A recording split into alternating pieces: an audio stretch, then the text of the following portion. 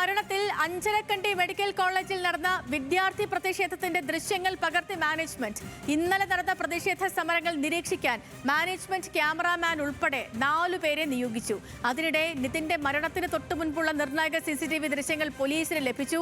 Loan ആപ്പുമായി ബന്ധപ്പെട്ട് പ്രിൻസിപ്പലിന്റെ മുറിയിൽ സംസാരം നടന്നു എന്നാണ് സൂചന. നിഖിൽ വിവരങ്ങളുമായി ചേർന്നുണ്ട്. നിഖിൽ, ഈ നിർണായകമായ CCTV ദൃശ്യങ്ങൾ, പോലീസിന് ലഭിച്ച CCTV ദൃശ്യങ്ങളുമായി ബന്ധപ്പെട്ടുകൊണ്ടുള്ള വിശദാംശങ്ങൾ പോലീസ് നൽകുന്നത് എങ്ങനെയാണെന്നുള്ള കാര്യങ്ങൾ വേണം. രണ്ടാമത്തേത്, ഈ പ്രതിഷേധ സമരങ്ങൾ നിരീക്ഷിക്കാനുള്ള ഈ മാനേജ്മെന്റിന്റെ തീരുമാനമാണ്. ഇനി കുട്ടികളെ വീണ്ടും ആരൊക്കെ പങ്കെടുത്തു എന്ന് കണ്ട് അവരെയും മാനസികമായി ഇല്ലാതാക്കാനുള്ള നീക്കമായിരുന്നോ ഇത്? സേതു, തീർച്ചയായും അതിനെ അങ്ങനെ തന്നെ കാണേണ്ടി വരും. കാരണം ഇന്നലെ തന്നെ ഈ പ്രതികരിച്ച വിദ്യാർത്ഥികൾ പറഞ്ഞിരുന്ന കാര്യം, തങ്ങളിപ്പോൾ ഇതൊക്കെ പറയുമ്പോൾ ഇനി അങ്ങോട്ട് തങ്ങളുടെ ഭാവി എന്താകും എന്ന കാര്യത്തിൽ സംശയമുണ്ട്, പക്ഷേ ഇനി തുറന്നു പറയാതെ വയ്യ എന്നുള്ളതാണ്. കുട്ടികൾ പറഞ്ഞ പ്രധാനപ്പെട്ട ഒരു ആശങ്കയും ഈ പലതവണ ഇങ്ങനെയുള്ള പ്രശ്നങ്ങൾ ഉണ്ടായപ്പോഴും അത് പറയാനുള്ള ഒരു ഭയം എന്ന് പറയുന്നത് അക്കാദമിക കാര്യങ്ങളിൽ കോളേജ് ഇടപെടും, പിന്നീട് ഇന്റേണൽ മാർക്കുകളിൽ ഉൾപ്പെടെ കുറവ് വരുത്തും, അങ്ങനെ അവരുടെ ഭാവി പ്രതിസന്ധിയിലാക്കുന്ന രീതിയിലേക്ക് പോകും എന്നുള്ളതായിരുന്നു. ഏതായാലും വിദ്യാർത്ഥികളുടെ ആശങ്ക അസ്ഥാനത്തല്ല എന്ന് വ്യക്തമാക്കുന്നതാണ് നമ്മളിപ്പോൾ പുറത്തുവിടുന്ന ഈ വാർത്ത. ഇന്നലെ നടന്ന പ്രതിഷേധ സമരങ്ങളിൽ അവിടെ വിവിധ രാഷ്ട്രീയ പാർട്ടികളും യുവജന സംഘടനകളും വിദ്യാർത്ഥി സംഘടനകളും ഒക്കെയാണ് പ്രതിഷേധം പ്രകടനങ്ങൾ നടത്തിയിരുന്നതെങ്കിൽ പോലും ഈ വിദ്യാർത്ഥികൾ പല വിദ്യാർത്ഥികളും ഈ സമരങ്ങളുടെ ഭാഗമായി ഈ ഡെന്റൽ കോളേജിന് മുന്നിൽ പോലീസ് തീർത്ത ബാരിക്കേഡിന് മുന്നിലേക്ക് അടക്കം എത്തി പ്രതിഷേധങ്ങളുടെ ഭാഗമായിരുന്നു. മാത്രമല്ല, ഈ കുട്ടികൾ ക്ലാസ് ബഹിഷ്കരിച്ചാണ്, ഫൈനൽ ഇയർ വിദ്യാർത്ഥികൾ ക്ലാസ് ബഹിഷ്കരിച്ച് പുറത്തിറങ്ങി ഈ സമരങ്ങൾക്ക് ഐക്യദാർഢ്യം പ്രഖ്യാപിക്കുകയായിരുന്നു. അങ്ങനെ പുറത്തിറങ്ങിയ വിദ്യാർത്ഥികളാണ് ഇന്നലെ ഈ ഡോക്ടർ റാം ഉൾപ്പെടെയുള്ള ആളുകൾക്കെതിരെ അതിഗുരുതരമായ ആരോപണങ്ങൾ ഉന്നയിക്കുകയും ചെയ്തത്. ഏതായാലും ആ വിദ്യാർത്ഥികളെ കൃത്യമായി നിരീക്ഷിക്കാനുള്ള ഒരു സംവിധാനം കോളേജ് മാനേജ്മെന്റ് ഏർപ്പെടുത്തിയിരുന്നു എന്നുള്ള വിവരമാണ് നമ്മളിപ്പോൾ പുറത്തുവിടുന്നത്. അത് വെറുതെ നിരീക്ഷണമായിരുന്നില്ല, ഒരു ക്യാമറമാനെ നിയോഗിച്ച് ഈ പ്രതിഷേധങ്ങളിൽ പങ്കെടുക്കുന്ന വിദ്യാർത്ഥികളുടെ മുഴുവൻ ദൃശ്യങ്ങൾ പകർത്തിയിട്ടുണ്ട് എന്നാണ് നമ്മൾ മനസ്സിലാക്കുന്നത്. അതിനായി ഒരു പ്രത്യേക ക്യാമറമാനെ തന്നെ നിയോഗിച്ചു. മാത്രമല്ല, ഈ വിദ്യാർത്ഥികൾ പ്രതികരിക്കുന്ന കാര്യങ്ങൾ, അവർ എന്തൊക്കെ പറയുന്നു തുടങ്ങിയ കാര്യങ്ങളെല്ലാം തന്നെ കൃത്യമായി ഇവർ നിരീക്ഷിച്ചിട്ടുണ്ട് എന്നുള്ളതാണ് നമ്മൾ മനസ്സിലാക്കുന്നത്. 4 പേരെ, ഈ ക്യാമറമാൻ ഉൾപ്പെടെ 4 പേരെ ഇതിന് നിയോഗിച്ചു എന്നതാണ് നമ്മൾ മനസ്സിലാക്കുന്നത്. അതിൽ 2 വനിതകൾ ഉണ്ടായിരുന്നു എന്നുള്ളതും നമുക്ക് വിവരം ലഭിക്കുന്നുണ്ട്. മാത്രമല്ല, ഈ സ്ഥാപനത്തിലെ ഉയർന്ന പദവിയിലിരിക്കുന്ന ഒരാൾ, അവിടുത്തെ ഒരു ജീവനക്കാരനും കൃത്യമായി ഈ സമരങ്ങൾ നടക്കുന്ന സമയത്തും വിദ്യാർത്ഥികൾ മാധ്യമങ്ങളോട് പ്രതികരിക്കുന്ന സമയത്തുമെല്ലാം തന്നെ ഇവർക്കെല്ലാം ഇടയിലുണ്ടായിരുന്നു. മാധ്യമപ്രവർത്തകർക്കും പോലീസിനുമൊക്കെ ഇടയിലായി നിലയുറപ്പിച്ച് ആർക്കും പെട്ടെന്ന് സംശയം തോന്നാത്ത വിധത്തിലായിരുന്നു ഇവരുടെ നിരീക്ഷണം എന്നുള്ളതാണ്.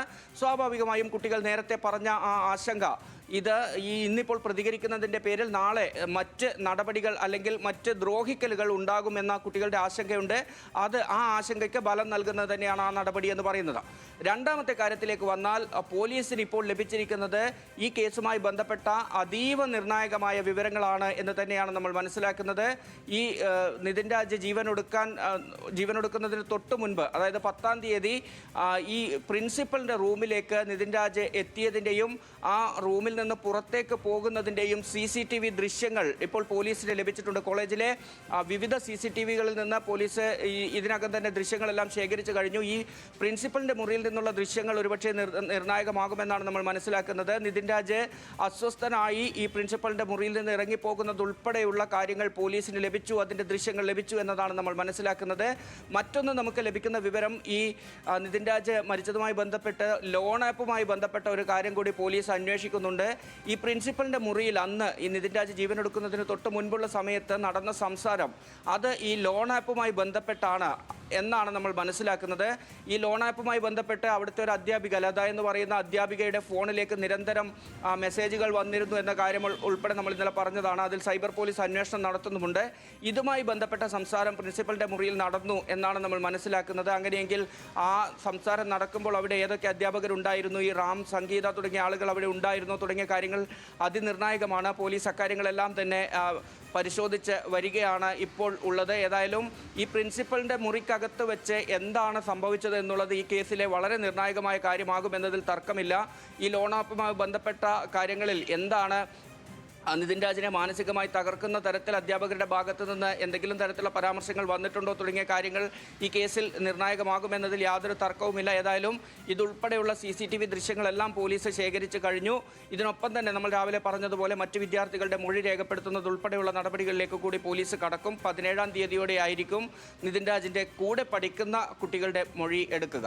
യെസ്, ഓക്കെ നിഖിൽ, വിവരങ്ങൾ വിശദമായി പ്രേക്ഷകരിലേക്ക് എത്തിക്കുകയായിരുന്നു നിഖിൽ അളവൂർ. നിതിൻ രാജിന്റെ മരണവുമായി ബന്ധപ്പെട്ടുകൊണ്ടുള്ള അന്വേഷണ സംഘത്തിന് ലഭിച്ച നിർണായക CCTV ദൃശ്യങ്ങളും ഒപ്പം ഇന്നലെയൊക്കെ ഈ കോളേജിൽ നടന്ന ക്യാമ്പസിൽ നടന്ന വിദ്യാർത്ഥി പ്രതിഷേധങ്ങളുടെ ദൃശ്യങ്ങൾ മാനേജ്മെന്റ് അവിടെ ശേഖരിച്ചു വച്ചിരിക്കുന്നു എന്നുള്ള വിവരങ്ങളും.